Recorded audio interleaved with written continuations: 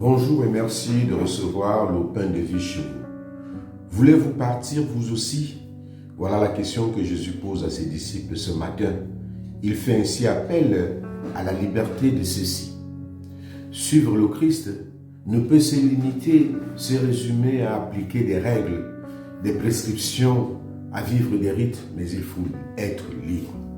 Être disciple sur le Christ engage notre vie tout entière. C'est une adhésion de cœur dans la liberté. Le discours sur le pain de vie se termine par une belle parole de foi, une belle profession de foi de Simon-Pierre. À la question de Jésus, « Voulez-vous partir vous aussi ?» Simon-Pierre, au nom des 12, répond, « Seigneur, à qui irions-nous? Tu as les paroles de la vie éternelle. » Tu as les paroles de la vie éternelle. La parole de Jésus nous détourne du tombeau vide et de ce qui est mort pour nous ouvrir à la vie, celle que Jésus peut nous offrir grâce à sa Pâque. Il est vivant, ressuscité. Et il communique la vie à tous ceux et celles qui viennent à lui par la foi, don gratuit de Dieu son Père. Tout le discours sur le pain de vie est un appel à la foi en Jésus, pain et parole de vie.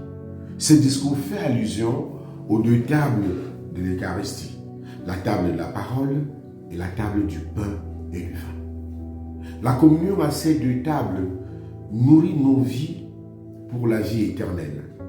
Seule la foi permet de comprendre ce mystère de la communion à la vie éternelle que nous donne l'Eucharistie, que nous ouvre l'Eucharistie. La foi, qui au cœur de cette page de l'Évangile, est un déplacement à la fois spirituel et physique. Il faut sortir de ce que l'on connaît vers ce que l'on ne connaît pas encore. Dans la foi, il y a une part d'abandon à l'inconnu, un abandon qui est possible grâce à la confiance qui nous fait espérer.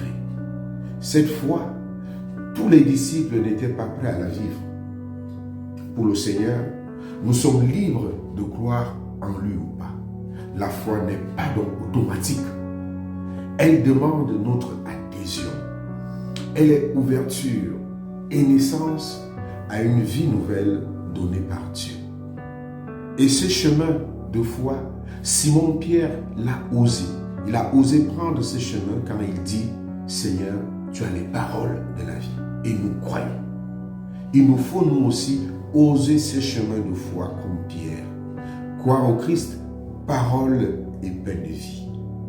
Que chacune de nos Eucharisties, les Eucharisties célébrées, fasse grandir en nous la foi et l'espérance de la vie éternelle.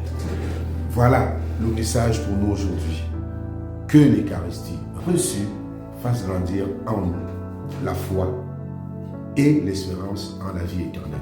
Que chacune de nos Eucharisties nous donne véritablement de croire en Jésus, de l'accueillir comme parole de vie et pain de vie pour aujourd'hui et pour la vie éternelle. Amen. Bonne journée.